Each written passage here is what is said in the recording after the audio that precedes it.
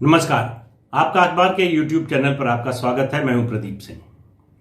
आज बात करेंगे उत्तर प्रदेश की। उत्तर प्रदेश में पिछले 2-3 हफ्ते से जो चल रहा है 20-25 दिन से, वो आप देख सुन रहे होंगे। जिस तरह से मुख्यमंत्री योगी आदित्यनाथ को लेकर अभियान चलाया गया, एक झूठ का माउंट एवरेस्ट खड़ा किया गया और वो धराशायी हो गया। झूठ के पांव नहीं होते तो उसको गिरना ही था। ये मुहिम चलाई गई कि उनको हटाया जा रहा है, उनसे पार्टी का आलाकमान नाराज है, उनसे संघ नाराज है, उनसे पता नहीं कौन कौन नाराज है, विधायक नाराज है, मंत्री नाराज है, पार्टी के कार्यकर्ता, मतलब पूरा प्रदेश नाराज है, पूरा देश नाराज है। ये एक मुहिम के तौर पर चलाया गया उन लोगों की ओर से जिनको योगी आदित्यनाथ का होना रास नहीं आ रहा था। उसके बहुत से कारण हैं। उनमें एक कारण प्रमुख है जिसकी बात अभी करूंगा कि क्यों रास नहीं आ रहा है। तो पहले खड़ा किया गया सामने किसको?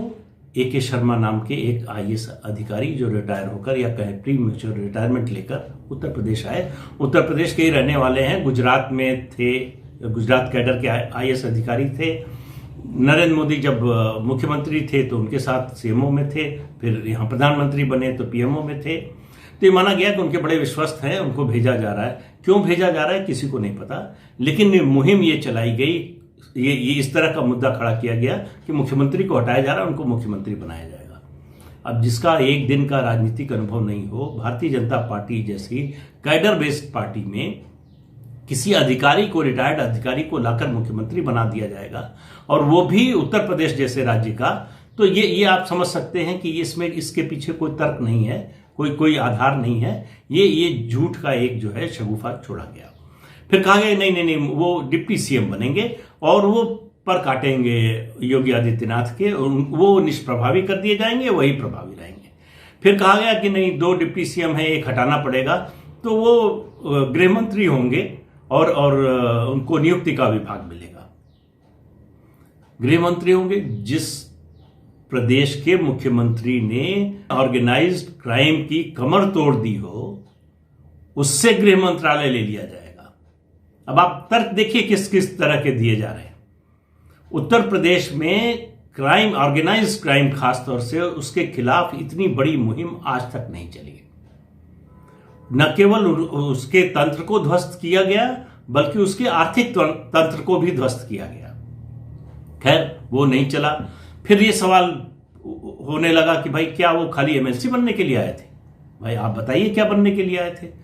तो आखिर में वो भारतीय जनता पार्टी की उत्तर प्रदेश इकाई के 16वें उपाध्यक्ष बन गए। तो ये मामला खत्म हो गया।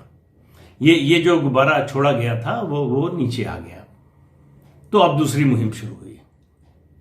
प्रदेश के उप मुख्यमंत्री केशव प्रसाद मौर्य, उन्होंने 2-3 टीवी चैनल्स को इंटरव्यू दिया, और उसमें मतलब वो पूरा आप इंटरव्यू देखकर आप समझ सकते हैं कि ये प्रायोजित था। और उसमें चलाया ये गया कि मुख्यमंत्री पद के बारे में अभी कोई फैसला नहीं हुआ है। क्यों नहीं हुआ है? कि भारतीय जनता पार्टी की परंपरा नहीं है ऐसी। किसी को प्रोजेक्ट करके मुख्यमंत्री जो है वो चुनाव नहीं लड़ा जाता, ये पार्टी की परंपरा नहीं है। दूसरी पार्टी की परंपरा यह नहीं है कि चुनाव से पहले किसी को मुख्यमंत्री घोषित कर दिया जाए। जो मुख्यमंत्री हैं उनको हटाया भी जा सकता है, इसका परोक्ष रूप से संकेत दिया गया कि चुनाव के बाद जरूरी नहीं है कि यही रहे। तो उसके लिए उदाहरण के रूप में पेश किया गया असम का उदाहरण। अचानक सर्बानंद सोनोवाल की याद आने लगी। ये भूल जाते हैं कि उत्तर प्रदेश असम नहीं है और योगी आदित्यनाथ सर्बानंद सोनोवाल नहीं है। और ये भारतीय जनता पार्टी का राष्ट्रीय नेतृत्व सबसे बेहतर जानता है। जिन्होंने उनको मुख्यमंत्री बनाया, उस समय बनाया जब उनकी प्रशासनिक क्षमता के बारे में कोई जानकारी नहीं थी। उनको कोई अनुभव नहीं था, किसी तरह का प्रशासनिक जिम्मेदारी उठाने का कोई अनुभव पहले का उनका नहीं था। और अब जब 4-4.5 साल और चुनाव होते होते 5 साल तक वो उनकी प्रशासनिक क्षमता साबित हो चुकी है, तब उनको हटा दिया जाएगा, ये तर्क दिया जा रहा था। खैर, ये ज्यादा चला नहीं। तो अब ये चल रहा है कि उसके बाद जो है, चुनाव के बाद फैसला होगा, क्योंकि भाजपा की ये परंपरा नहीं। तो परंपरा की दूसरी बात करने वाला, मैं उस मुद्दे को शायद न उठाता अगर मामला केवल केशव प्रसाद मौर्य के इंटरव्यू तक ही रहता। कल एक और बयान आया, स्वामी प्रसाद मौर्य बसपा से आए हैं भाजपा में, अब वो भाजपा की परंपरा की बात बता रहे हैं। तो जिन लोगों ने 20 साल 25 साल 30 साल 35 साल इस पार्टी में लगाए, उनको परंपरा का ज्ञान तो है नहीं। उनको भाजपा की परंपरा के बारे में स्वामी प्रसाद मौर्य बताएंगे कि यहां की परंपरा क्या है। वो भूल गए कि जिस पार्टी से आए हैं वहां इंटरनल डेमोक्रेसी की परंपरा क्या है। वहां अगर ये बयान दिया होता तो अब तक पार्टी से बाहर कर दिए गए होते। भारतीय जनता पार्टी अपने को बहुत अनुशासित पार्टी मानती है, तो अगर अनुशासन पर आग्रह अभी बना हुआ है तो इन दोनों नेताओं ने अपना नुकसान कर लिया है। अगर उस आग्रह में कोई ढिलाई आ गई है तो पार्टी का नुकसान हो गया है, क्योंकि चुनाव से 6 7 8 महीने पहले अगर इस तरह की बात प्रदेश के सबसे कद्दावर सबसे लोकप्रिय मुख्यमंत्री के बारे में कही जाएगी तो इससे पार्टी का नुकसान होगा और किसी का नुकसान नहीं होने वाला। तो ये मुद्दा पार्टी का आला कमान तय करेगा, तो इसलिए इस पर बात करने का कोई मतलब नहीं है। वो तय करेगा कि जो बयान जिन लोगों ने दिया उनको देना चाहिए था, नहीं देना चाहिए था। लेकिन परंपरा की बात पर मुझे याद आया कि भाई अगर आप पार्टी की परंपरा की बात कर रहे हैं तो थोड़ा तो आपको पार्टी के बारे में ज्ञान होना चाहिए, पता होना चाहिए। अरे भाजपा को छोड़िए, जब जनसंघ के रूप में थी ये पार्टी तब की बात बता रहा हूं। 1974 उत्तर प्रदेश में विधानसभा के मध्यावधि चुनाव हुए। 73 में पीएसी विद्रोह हुआ। उस समय के मुख्यमंत्री कमलापति त्रिपाठी को हटाना पड़ा, इंदिरा गांधी को राष्ट्रपति शासन लगाना पड़ा। उसके बाद फिर 74 में चुनाव हुए, हेमवती नंदन बहुगुणा मुख्यमंत्री बनकर आए, उनके नेतृत्व में चुनाव कराया गया और उस समय भारतीय जनसंघ ने अटल बिहारी वाजपेयी को मुख्यमंत्री के रूप में पेश करके चुनाव लड़ा था। तो उस समय शायद इसलिए लड़ा, उनको मुख्यमंत्री के रूप में पेश किया गया, उनको प्रोजेक्ट किया गया, क्योंकि उस समय केशव प्रसाद मौर्य और स्वामी प्रसाद मौर्य बताने के लिए मौजूद नहीं थे कि ये परंपरा नहीं है पार्टी की, ये क्या कर रहे हैं आप, कैसे आपने अटल जी को जो है प्रोजेक्ट कर दिया मुख्यमंत्री के रूप में।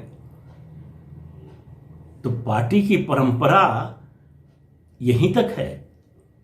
अच्छा, मान लीजिए कोई भी, देखिए कोई भी पार्टी किसी राज्य में मुख्यमंत्री के रूप में नेता को प्रोजेक्ट करे या नहीं करे, ये वो इस आधार पर तय करती है। और ये बीजेपी की बात नहीं है, सभी पार्टियों की है कि चुनाव में प्रोजेक्ट करके किसी को जाने से फायदा होगा या नहीं प्रोजेक्ट करने से ज्यादा फायदा होगा।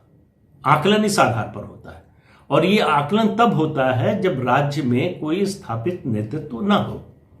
अगर कोई लोकप्रिय नेता नहीं है, स्थापित नेतृत्व नहीं है, तो फिर प्रोजेक्ट नहीं किया जाता। अब जनसंघ की बात बताई, मैं इन लोगों को जरा बीजेपी की बात बता देता हूं। 2003 में उमा भारती को प्रोजेक्ट करके जो है पार्टी चुनाव में गई। राजस्थान में वसुंधरा राजे को प्रोजेक्ट किया गया। रमन सिंह को भेजा गया था इसी काम के लिए केंद्र से, इन तीनों लोगों को इस्तीफा दिलाकर, लेकिन रमन सिंह को चुनाव से पहले प्रोजेक्ट नहीं किया गया कि अगर प्रोजेक्ट करेंगे तो राइवलरी इतनी थी कि उसका नुकसान हो सकता है। तो प्रोजेक्शन न करने का ये कारण था। तो आधार ये होता है। योगी आदित्यनाथ को प्रोजेक्ट करना या नहीं करने का सवाल इसलिए नहीं है कि वो वर्तमान में मुख्यमंत्री हैं, और जिस नेता को अभी 1.5 महीने पहले तक पार्टी देश भर में चुनाव प्रचार के लिए, अभी 5 राज्यों के चुनाव हुए विधानसभा के, उनमें उनको प्रचार के लिए भेजा गया, उनको हटा देगी पार्टी, जिसकी प्रशासनिक क्षमता की पार्टी खुद तारीफ कर रही है। कोरोना के दौरान उनका जो काम है देश के जितने मुख्यमंत्री हैं उनमें सबसे बेहतर है, ये पार्टी मान रही है। ऐसे में पार्टी उनको हटा देगी। तो भाई पार्टी की परंपरा का आपको बहुत ज्यादा ज्ञान है, चलिए मान लेते हैं। तो ये भाजपा में परंपरा कब से आई, मैं तो बहुत समय से, लंबे समय से फॉलो कर रहा हूं, मुझे नहीं पता है, आप हमारा ज्ञान बढ़ाएं कि कब से हुई कि पार्टी का मुख्यमंत्री पद के लिए कोई उम्मीदवार प्रोजेक्ट होगा या नहीं होगा, ये टेलीविजन स्टूडियो में तय होने लगा, वहां बताया जाने लगा। जब इसका फैसला पार्टी का हाईकमान और पार्लियामेंट्री बोर्ड को करना है तो आपको बताने की क्या जरूरत है? ये परंपरा है क्या कि पार्टी का हाईकमान की जिम्मेदारी क्या है, उसका दायित्व क्या है, कर्तव्य क्या है, पार्लियामेंट्री बोर्ड कैसे काम करता है, ये आप बताएं। इसकी परंपरा है। देखिए, ये बात किसी से छिपी हुई नहीं है कि केशव प्रसाद मौर्य का मुख्यमंत्री बनने की उनकी महत्वाकांक्षा है, और राजनीति में जो है उसका महत्वाकांक्षा होना कोई बुरी बात नहीं है। अगर केशव प्रसाद मौर्य मुख्यमंत्री बनना चाहते हैं तो वो कोई पाप नहीं कर रहे, अपराध नहीं कर रहे।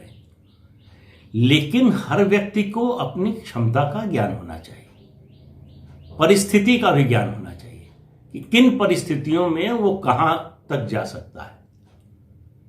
तो इस बात को उनको समझना चाहिए कि 2014 में वो लोकसभा के सदस्य बने, चुनाव खत्म हुआ, उसके बाद उनको प्रदेश अध्यक्ष की जिम्मेदारी दे दी गई, फिर विधानसभा का चुनाव हुआ, पार्टी जीती, उनको डिप्टी सीएम बना दिया गया। लेकिन महत्वाकांक्षा बाकी है, कोई अर्ज नहीं है। जब शपथ ग्रहण हुआ 2017 में, तो उसके बाद उन्होंने एक बड़ा बचकाना काम किया।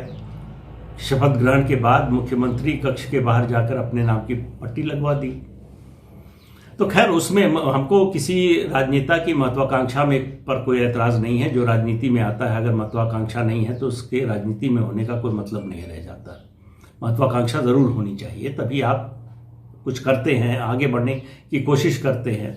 लेकिन सवाल यह है कि एक बार जब लीडरशिप का इशू सेटल हो गया तो उसको बदलने का अधिकार अब दो ही लोगों को है, या तो पार्टी के पार्लियामेंट्री बोर्ड और राष्ट्रीय नेतृत्व के पास है, या विधायकों के पास। तो ये सवाल तो अब आएगा चुनाव के बाद। तो उस समय आप बात करते तो बात समझ में आती है। अभी करने का मतलब है अधीरता, मतलब छटपटाहट, कि कैसे जल्दी से इस बदलाव को लाएं। क्यों छटपटाहट है, क्यों ये अधीरता है, क्यों परेशानी है? जो मैंने शुरू में कहा, कई कारण हैं, उनमें से एक कारण जो सबसे बड़ा है उसी की आज बात करूंगा, और वो है योगी आदित्यनाथ की ईमानदारी। उनकी ईमानदारी बहुत से लोगों को रास नहीं आ रही है। जो पिछले 25-30 साल से उत्तर प्रदेश की राजनीति देख रहे हैं या राजनीति में हैं, उन्होंने कल्याण सिंह के बाद दूसरा ईमानदार मुख्यमंत्री देखा है। कल्याण सिंह की पहले कार्यकाल में जिस तरह से जीरो टॉलरेंस की नीति थी भ्रष्टाचार को लेकर, उससे एक कदम आगे हैं योगी आदित्यनाथ। कल्याण सिंह जैसा नेता बीजेपी को उसके बाद नहीं मिला। अब योगी आदित्यनाथ के रूप में प्रशासनिक क्षमता की बात करें और उसके साथ साथ ईमानदारी की बात करें, तो योगी आदित्यनाथ कल्याण सिंह से पीछे नहीं है। अब सवाल है कि ये दिक्कत क्यों है? दिक्कत ये है कि ये भारतीय राजनीति में, ये बीजेपी की बात नहीं है, बीजेपी में भी आ गया है, दूसरी पार्टियों में तो पहले से है ही, कि हमारी सत्ता आएगी तो हमको फिर जैसे दूसरी पार्टियों की सत्ता के समय, सरकार के समय उनके कार्यकर्ताओं, नेताओं, मंत्रियों को लूट की खुली छूट थी, हमको भी होगी। वो उनको 17 में लगा कि ये क्या हो गया, ये कैसी सरकार आई, यहां तो कुछ छूट ही नहीं है। ठेका पट्टा जो कुछ भी है वो सब, उसका आवंटन जो है वो ट्रांसपेरेंट तरीके से हो गया, टेक्नोलॉजी का इस्तेमाल होने लगा, तो उससे जो है समस्या बढ़ने लगी। और देखिए, किसी भी समाज में अच्छा आदमी बुरे आदमी को बर्दाश्त नहीं होता। वो एक क्षण उसको नहीं देखना चाहता, क्योंकि वो उसके रास्ते की रुकावट है। योगी आदित्यनाथ की सबसे बड़ी कमजोरी ये है कि वो ईमानदार हैं। उनका ये दुर्गुण बन गया है कि उनके बहुत से साथियों की नजर में, प्रदेश की आम जनता की नजर में नहीं, लेकिन कुछ साथियों की नजर में उनका ईमानदार होना उनका सबसे बड़ा दुर्गुण है। तो ईमानदारी तो मुझे नहीं लगता कि वो छोड़ेंगे। जिस दिन ये नौबत आएगी कि ईमानदारी छोड़ दे या सत्ता छोड़ दे, मुझे पूरा यकीन है कि योगी आदित्यनाथ सत्ता छोड़ देंगे। तो मामला जो है कुल ये है कि महत्वाकांक्षा और योगी आदित्यनाथ की ईमानदारी और प्रशासनिक क्षमता, ये दो जिन लोगों को रास नहीं आ रही है उन्हें परेशानी हो रही है। तो ये स्थिति जो है, ये अभियान जो है, किसी न किसी रूप में आपको अगले 5-6 महीने सर उठाता हुआ दिखेगा। उसका स्वरूप बदल जाएगा, व्यक्ति बदल जाएंगे, मुद्दा बदल जाएगा, लेकिन वो बदल कर जो है वो ये इस बात को समझने को तैयार नहीं है कि जितना anti BJP, anti RSS, anti Modi तबका है, उन सब की नजर उत्तर प्रदेश के चुनाव पर है। वो उत्तर प्रदेश में बीजेपी और योगी आदित्यनाथ को हारते हुए देखना चाहते हैं। और ये न चाहते हुए भी, मैं ये नहीं मानता कि ये लोग जो है चाहते हैं कि बीजेपी हारे, न चाहते हुए भी परोक्ष रूप से उनकी मदद कर रहे हैं। तो आज के अंक में इतना ही। अगले अंक में फिर मिलेंगे किसी नए मुद्दे के साथ। तब तक के लिए इजाजत दीजिए। नमस्कार। जाते जाते आपको फिर याद दिला दें कि ये चैनल देखिए, शेयर कीजिए और सब्सक्राइब जरूर कीजिए। नमस्कार।